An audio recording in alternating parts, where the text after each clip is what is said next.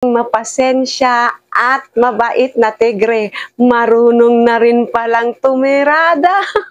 Marunong na rin pumitik at bumanat. Bigyan niyo po ako at binibilang ko lang yung aming mga kandidato dahil tinitiyak ko na kumpleto at wala pang napasabugan ng granada. Ang ating presidente hindi na tumitiklop, palaban na. At ayan, lumabas na ang totoong PBBM natin. Ano? Sa mga hindi pa po pala nakasubscribe, bago tayo magpatuloy ng ating video, please subscribe, like, and share. Pagkat ang ating mga videos dito ay purong katotohanan lamang. Ang ating channel ay against sa mga kasamaan at tayo'y tumatangkilik sa kabutihan lamang. No fake news, no bad words. Ano po? Yan tayo. Matatalino tayo eh. Tanggalin natin yung mga ka-BO. Ayan, hindi ko na masabi. Bahala na kayo. Basta ito, panoorin nyo na lang. Basta pumipitik na ang ating tigre. Ipaglalaban natin ang ating soberanyo at karapatan sa pamamagitan ng diplomasya at dignidad. Hindi natin isusuko ni isang pulgada ng ating teritoryo at hindi tayo kailangan sumunod sa kahit na sinong mga dayuhan na kahit na pang sabihin nila.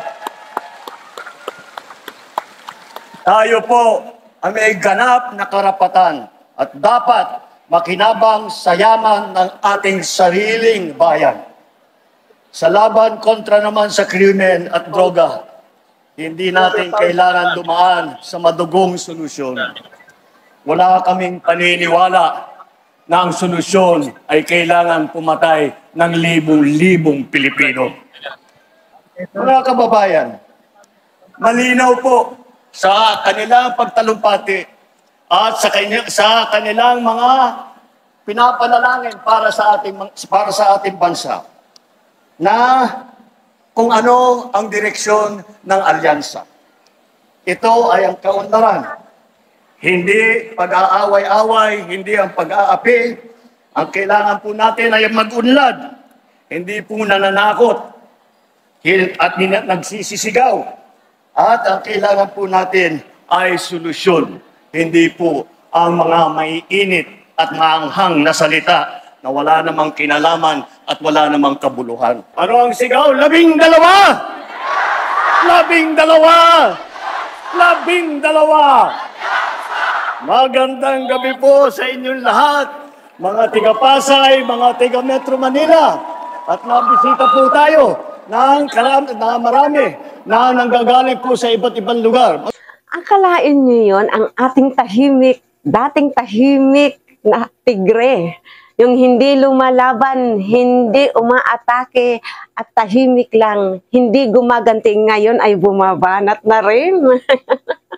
Marunong na ring tumirada.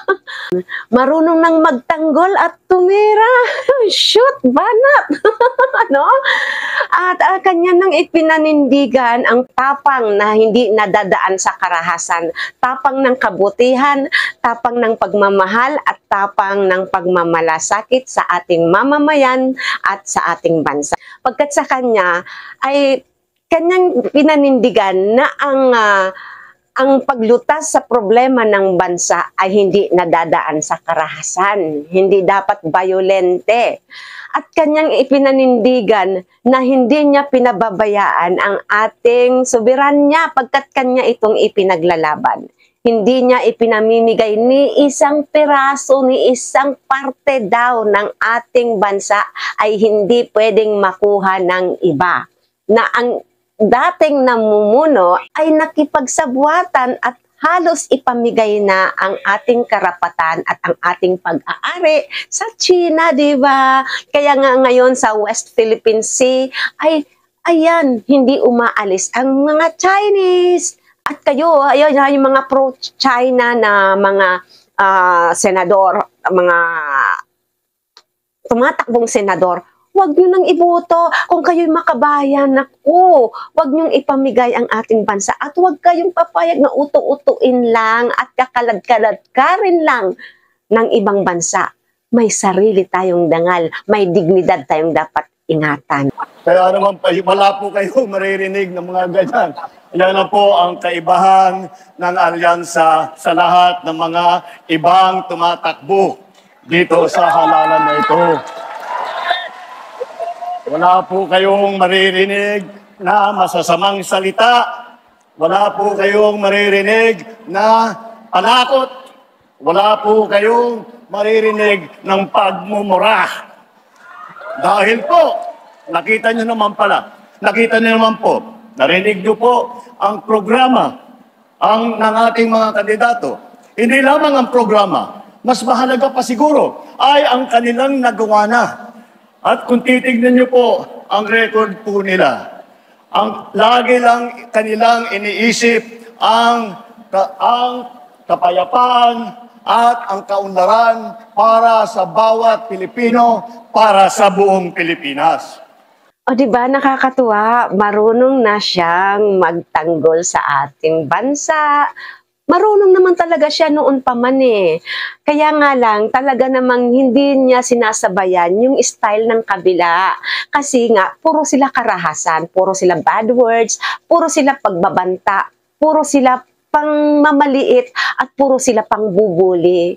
Hindi ganon ang totoong power. The true power lies within love and righteousness and godliness. Ano po?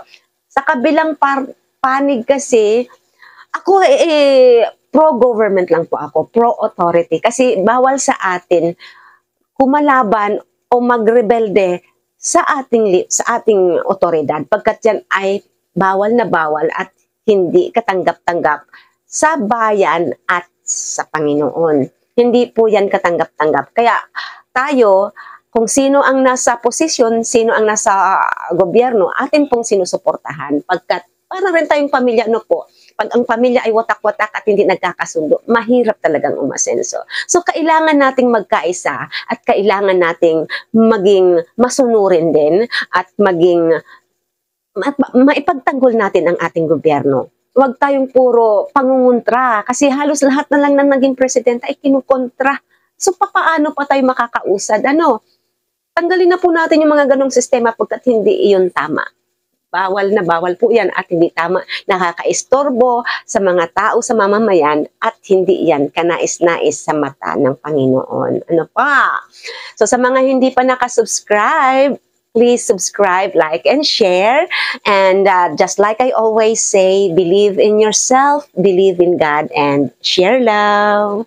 See you in my next vlog. I love you all. God bless you. God bless you.